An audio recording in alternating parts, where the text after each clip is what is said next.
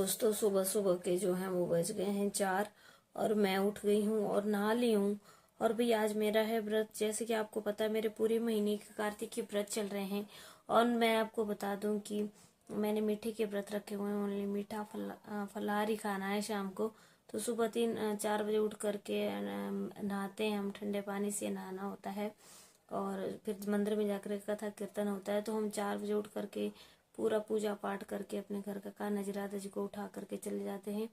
पूरे वहाँ पे 5 बजे से फिर वहाँ पे हो जाता है शुरू और वहाँ से आते हैं 7 बजे। तो 3 घंटे का हमारा चलता है ये सुबह सुबह।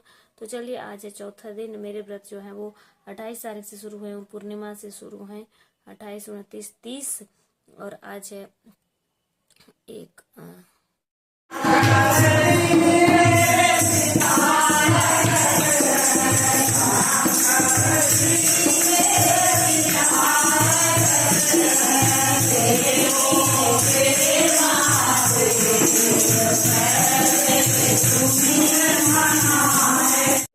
मेरी बिनती कबूल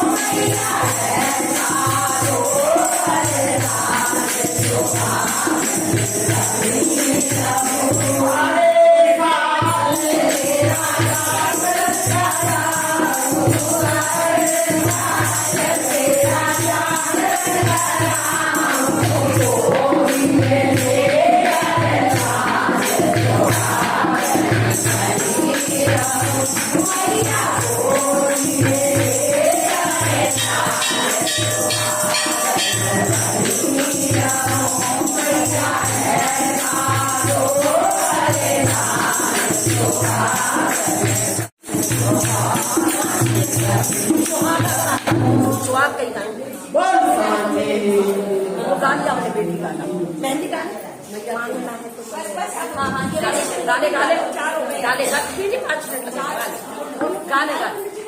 अरे गा मांगना है तो मैया जी से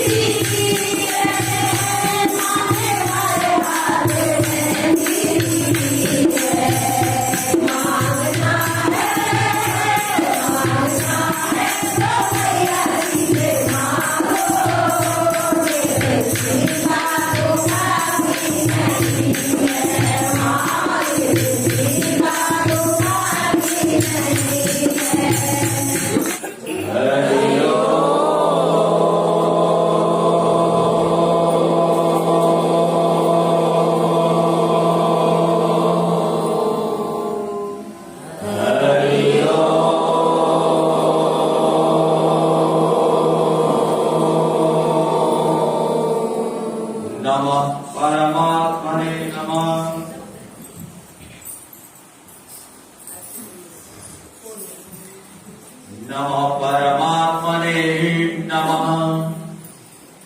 सर्वप्रथम करवा चौथ की इस महान पर्व की सभी माताएं, सभी को बहुत बहुत शुभकामनाएं और मां भगवती के साथ भगवान शिव सभी के ऊपर कृपा बरसा रहे और मां भगवती की कृपा सभी के ऊपर बनी रहे।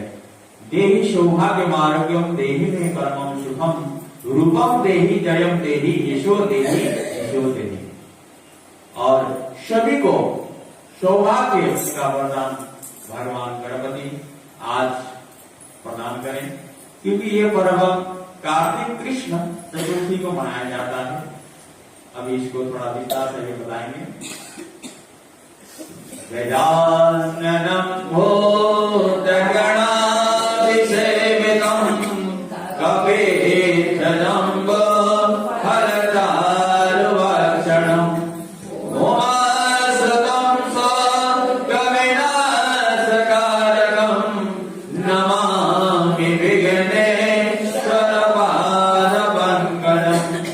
या श्री स्वयं सृगदिनां भवनेश्वरलक्ष्मी पापत्मनं कृतधियां हृदये सुबुद्धि श्रद्धां सतां कुलजनां प्रभवत्सलज्जा तं नदास्म परिपालयते विविश्वं।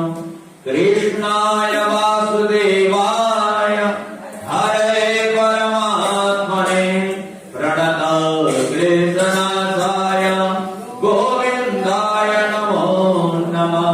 सच्चिदानन्दरूपाय विश्वोत्पत्त्यादिहेतवे तापत्रय विनाशाय श्रीकृष्णाय वयं नमः। वंशे विभूषितकरान् नवनीतराभ पीताम्बरगरुडबिम्बफलाधरष्टा पूर्णेन्दुसुन्दरमुखाधरबिम्बनेत्रा। कृष्णात् परं किमपि तत्त्वमहं न जाने। रामाय रामभद्राय रामचन्द्राय वेदसे रघुनाथाय नाथाय सीताय पतये नमः। शान्ताकारं भजगशयनं पद्मनाभं सुरेशं विश्वाधारं गगनसदृशं मेघवर्णं शुभाङ्गं लक्ष्मीकान्तं कमलनयनं योगिवेदानगम्यं वन्दे विष्णुं भवभयहरं सर्वलोकैकनाथनं। ॐ गंगा गंगा गंगा गंगे सेव गोदावरी सरस्वती नर्मदा सिंधु कावेरी जलेस्मिन् सन्निधिं कुरु। पंडित जी कथा का टाइम भी बता दो। 3 से रखो तो 4 बजे तक।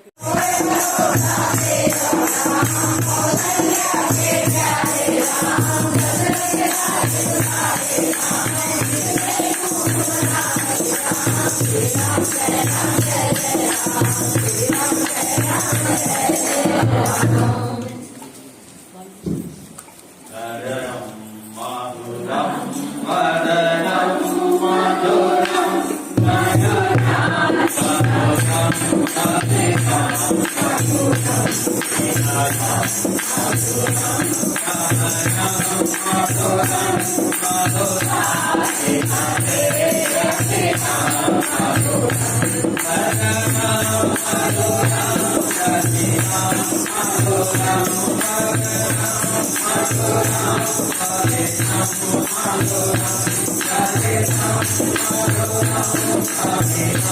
Madhura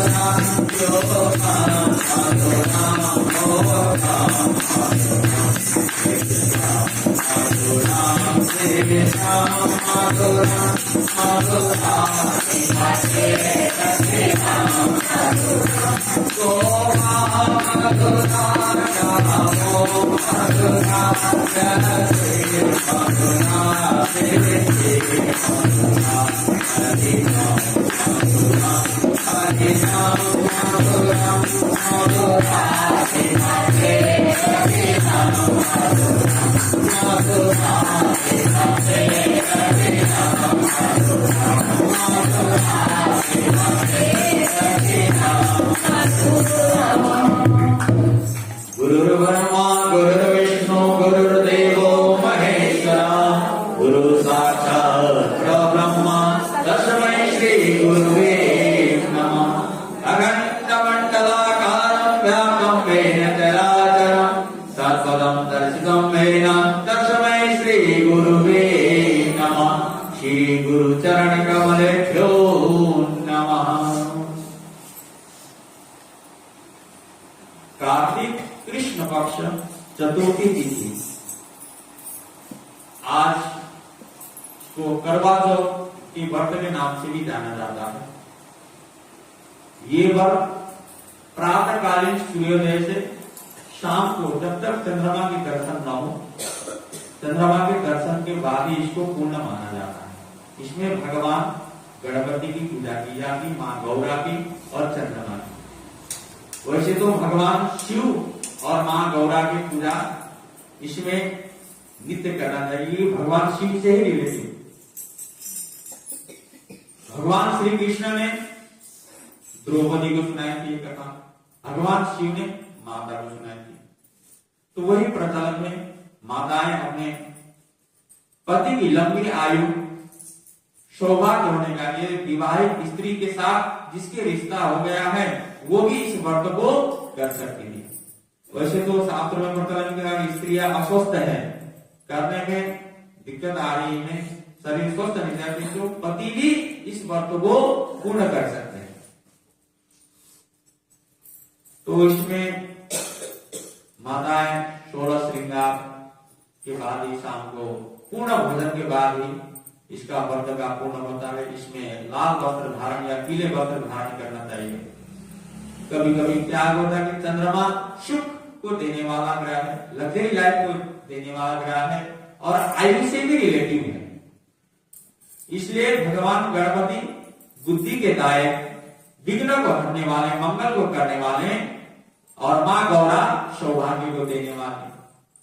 वैसे तो भगवान शिव की पूजा करने वाले किसी भी परिस्थिति में उनके दाम्पत्य जीवन में थोड़ी बहुत दरारें तो आती, लेकिन वो दाम्पत्य जीवन छूटती नहीं, बनी रहती है। कभी कभी क्या होता है, पति पत्नी में अति प्रेम होने के बाद भी वहां खटपट होती है, ज्यादा प्रेम होने से भी। तो इसके मध्य रात्रि में वो उपाय कर सकते हैं, पीले वस्त्र धारण कर करके भगवान गणपति को मध्य रात्रि का मतलब 11 से 1 या 2 करना है। गणपति की प्रतिमा को आगे रखे, उसमें 2 हल्दी की गांठ भी आप रख सकते हैं। पीले वस्त्र धारण कर ओम गम गणपतये नमः इस मंत्र का जाप करें, या लाल वस्त्र धारण करके भगवान गणपति को पीपल के पत्ते में विराजमान करा के ये कर सकते हैं। इससे दोनों दाम्पत्य जीवन प्रेम पूर्वक होता है। अति प्रेम होने के बावजूद भी वहां कुछ न कुछ चला जाता है। तो इसलिए चंद्रमा मन का कारक है। भगवान शिव की ये तो हम पूजा करते हैं, साथ में शिव की भी पूजा करें, माँ गौरा का पूजा करें, क्योंकि भगवान शिव के मस्तक में चंद्रमा विराजमान है। भगवान शिव की पूजा करने से चंद्रमा अपने आप प्रकट हो जाता है। तो आज चंद्रोदय शाम को 8:17 में होगा।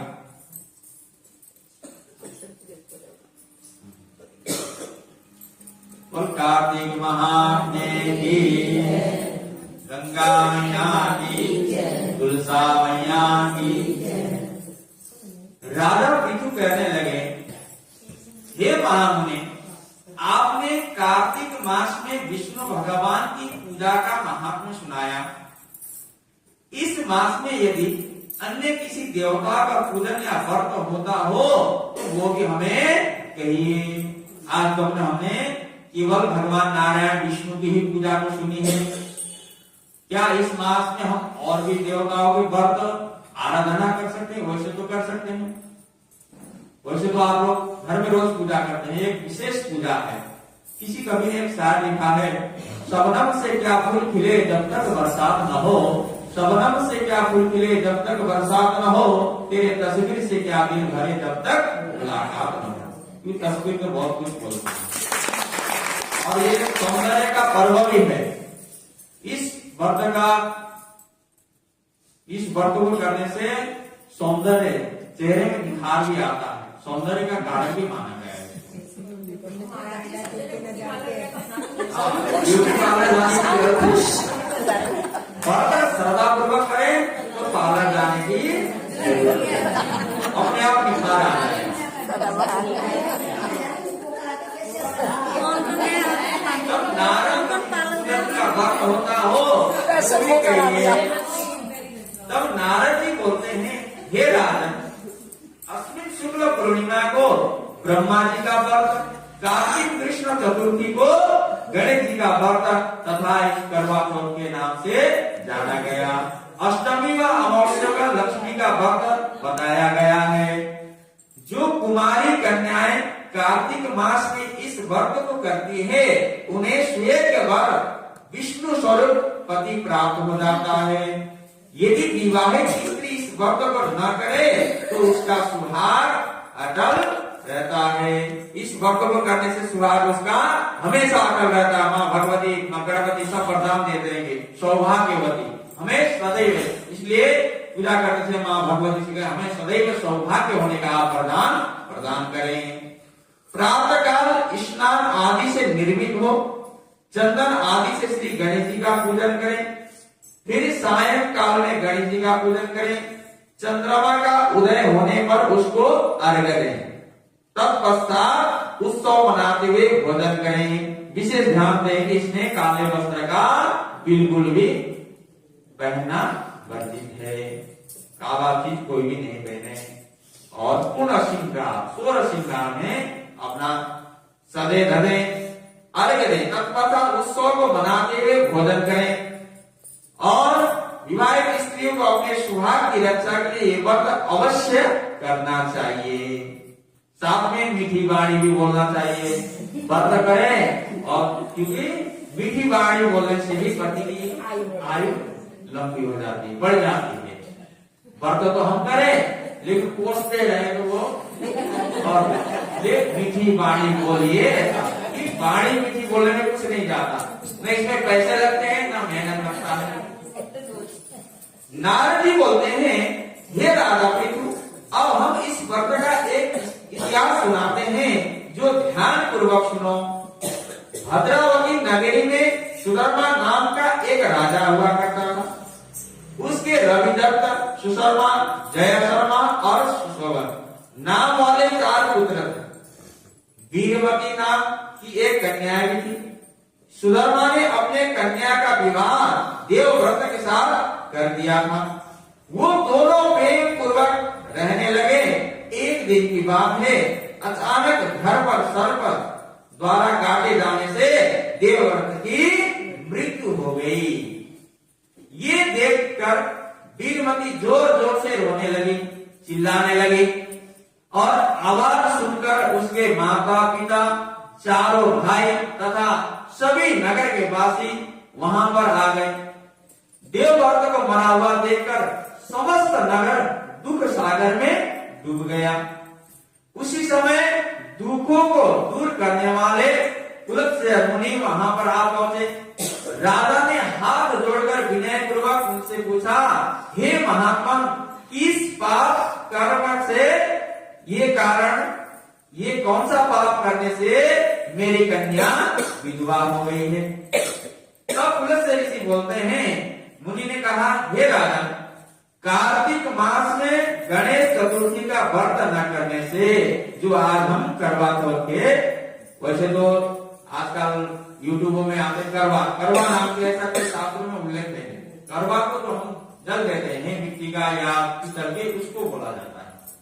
कभी कहानी सुनने को मिलता है ना, करवा नाम की एक महिला की।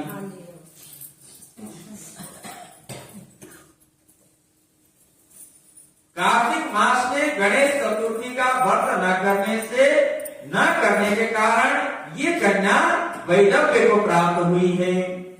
फिर पुलत्स्य ऋषि कहने लगे कि एक समय दैत्यों के नाश का उपाय खोजने के लिए ब्रह्मा, विष्णु, महेश तथा इंद्र आदि सब देवता एकत्रित हुए।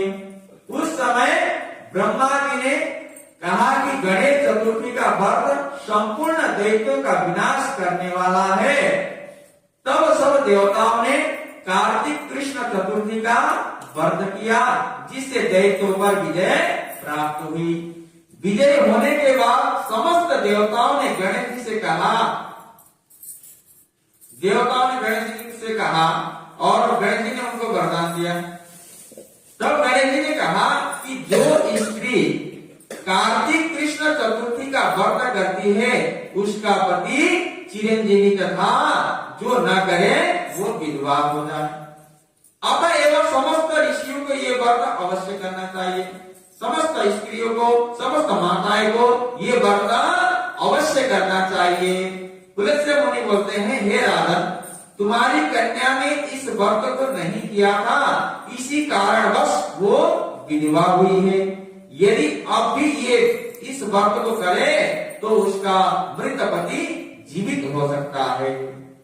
देखिए, पतिव्रता नारी कितनी शक्ति है। वृंदा में कितनी होता है पतिव्रता। उन्होंने भगवान नारायण को श्राप दिया, जा तुम पत्थर बन। कितनी शक्ति होती है। तो ये भव सागर है, बड़े बड़े ऋषि मुनि नहीं जान पाए।